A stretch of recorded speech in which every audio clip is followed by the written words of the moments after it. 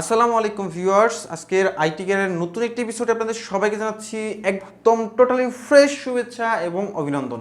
বন্ধুরা, কম্পিউটার হোক, ল্যাপটপ হোক, ডেস্কটপ হোক অথবা মোবাইল ফোন হোক, সেখানে সফটওয়্যারের কতটা গুরুত্বপূর্ণ বা সফটওয়্যারের কতটুকু গুরুত্ব রয়েছে তা কিন্তু আপনারা মোটামুটি সবাই জানেন, আমিও জানি। তাই আজকে আপনাদের কাছে এমন কিছু সফটওয়্যার নিয়ে হাজির হলাম যে সফটওয়্যারগুলো টোটালি ফ্রি, একদম বিনামূল্যে আপনারা যে কোনো জায়গা থেকে অর্থাৎ ইন্টারনেটে যে কোনো জায়গায় বসে ডাউনলোড করে নিতে পারবেন। এখানে কোনো ধরনের খরচ আপনাকে করতে হবে না। যার অল্টারনেট যে সকল সফটওয়্যারগুলো রয়েছে তা কিন্তু অনেক দামি। তো সেই দামি সফটওয়্যারের ভিড়ে যেই 8 থেকে 9টি সফটওয়্যার রয়েছে মোটামুটি আমার চয়েস লিস্টে, অনেক গুরুত্বপূর্ণ এবং কি বলবো প্রফেশনাল মানে কিছু সফটওয়্যার, তাও আবার একদম বিনামূল্যে। জি হ্যাঁ, 100% ফ্রি। এই সফটওয়্যারগুলো নিয়েই আজকে এই পর্বটি সাজিয়েছি আপনাদের জন্য। আশা করি সম্পূর্ণ ভিডিওটি আমার সাথে থাকবেন, ভিডিওটি কোনোভাবেই স্কিপ করবেন না। আজকে জানাবো আপনাদেরকে মোটামুটি 9টি সফটওয়্যার সম্পর্কে, যা কিনা উইন্ডোজ, ম্যাক অথবা লিনাক্স ওএসে আপনারা খুব সহজেই একদম টোটালি ফ্রিতে ইউজ করতে পারবেন।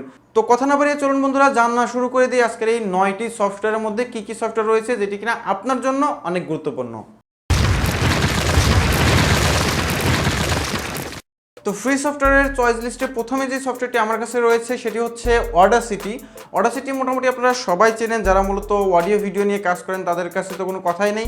অডাসিটি হচ্ছে এমন একটি ফ্রি অর্থাৎ ওপেন সোর্স সফটওয়্যার, যার মাধ্যমে আমরা যে কোনো অডিওকে একদম স্মুথলি এডিট করতে পারি। হতে পারে কোনো মিউজিক, হতে পারে এমনি নর্মাল ভোকাল, হতে পারে যে কোনো ভয়েস ওভার, সব কিছুই কিন্তু আমরা মোটামুটি অডাসিটির মাধ্যমেই করে থাকি।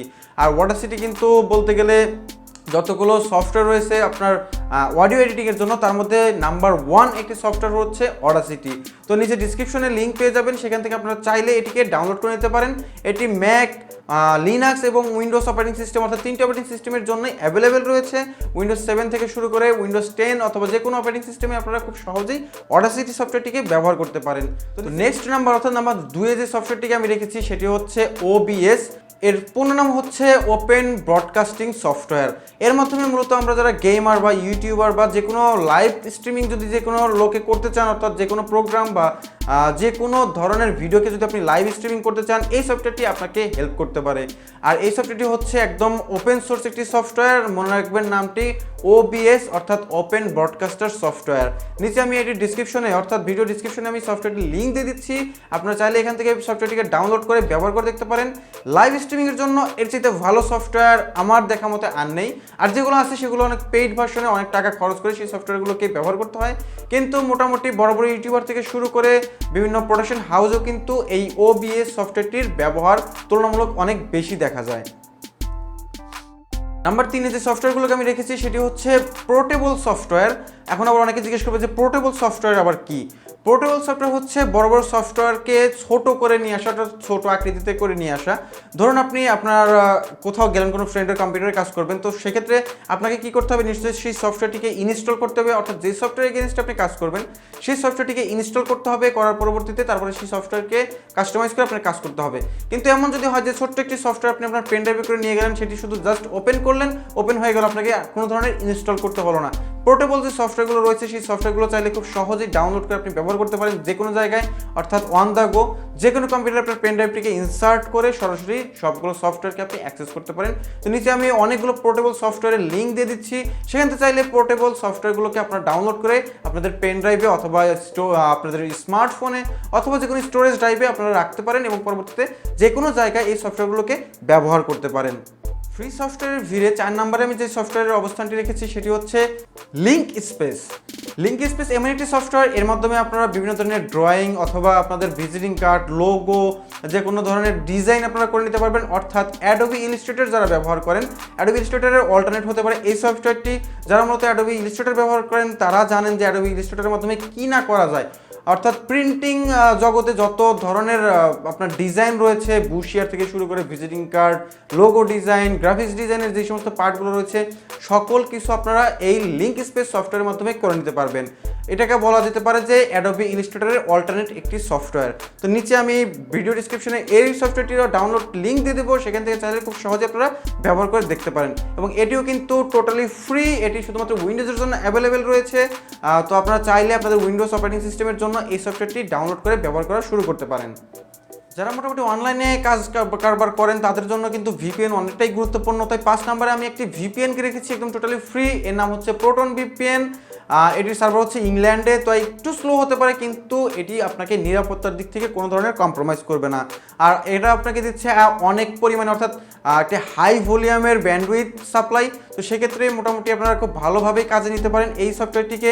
এই সফটওয়্যারের ডাউনলোড লিঙ্ক আমি ভিডিও ডিসক্রিপশনে দিয়ে দিচ্ছি। প্রোটন ভিপিএনটি মোটামুটি আমার কাছে একটি গ্রহণযোগ্য এবং পছন্দনীয় একটি ভিপিএন। যদি টরের পরবর্তীতে কোনো ধরনের ভিপিএন থেকে থাকে তাহলে তাকে আমি অবশ্যই এই নাম্বারটিতে রাখবো, সেটি হচ্ছে প্রোটন ভিপিএন। আর এটি হচ্ছে 5 নাম্বার একটি সফটওয়্যার ছিল আমার লিস্ট থেকে। তো চলে যাচ্ছি 6 নম্বর সফটওয়্যারটিতে। তো বন্ধুরা 6 নম্বর ফ্রি সফটওয়্যারের কাতারে আমি যে সফটওয়্যারটিকে রেখেছি সেটি হচ্ছে বন্ধুরা অ্যাস্ট্রোলজিক ডুপ্লিকেট ফাইল ফাইন্ডার। জি হ্যাঁ, অ্যাস্ট্রোলজিক ডুপ্লিকেট ফাইল ফাইন্ডারের মাধ্যমে আপনারা খুব সহজেই আপনার কম্পিউটারের স্টোরেজে জমা থাকা যে কোনো ডুপ্লিকেট ফাইলকে সহজেই ফাইন্ড আউট করতে পারবেন এবং আপনাদের অনেক টাকা দিয়ে ক্রয় করে স্টোরেজকে আপনারা সেভ করতে পারবেন। অর্থাৎ ধরুন আপনার কম্পিউটারের মধ্যে এমন কিছু ফাইল রয়েছে যেগুলোর ফাইল আপনি বারবার বিভিন্ন জায়গায় কপি করেছেন, অর্থাৎ ডুপ্লিকেট আকারে রয়েছে। সেই ফাইলগুলোকে চাইলে আপনারা খুব সহজেই অ্যাস্ট্রোলজিক ডুপ্লিকেট ফাইল ফাইন্ডারের মাধ্যমে বের করে নিয়ে আসতে পারবেন এবং চাইলে সেগুলোকে রাখতেও পারবেন অথবা চাইলে সেগুলোকে ডিলিটও করে দিতে পারবেন। তো আমি এই সফটওয়্যারের ডাউনলোড লিঙ্ক আমি ভিডিও ডিসক্রিপশনে দিয়ে দিচ্ছি, সেখান থেকে চাইলে আপনারা সফটওয়্যারটিকে ডাউনলোড করে নিতে পারবেন। এমন অনেক সময় হয় যেরকম যে এখন এই সফটওয়্যারগুলোর প্রয়োজন হচ্ছে না কিন্তু ভবিষ্যতে আপনার কাছে এগুলো কিন্তু প্রয়োজন হতেও পারে।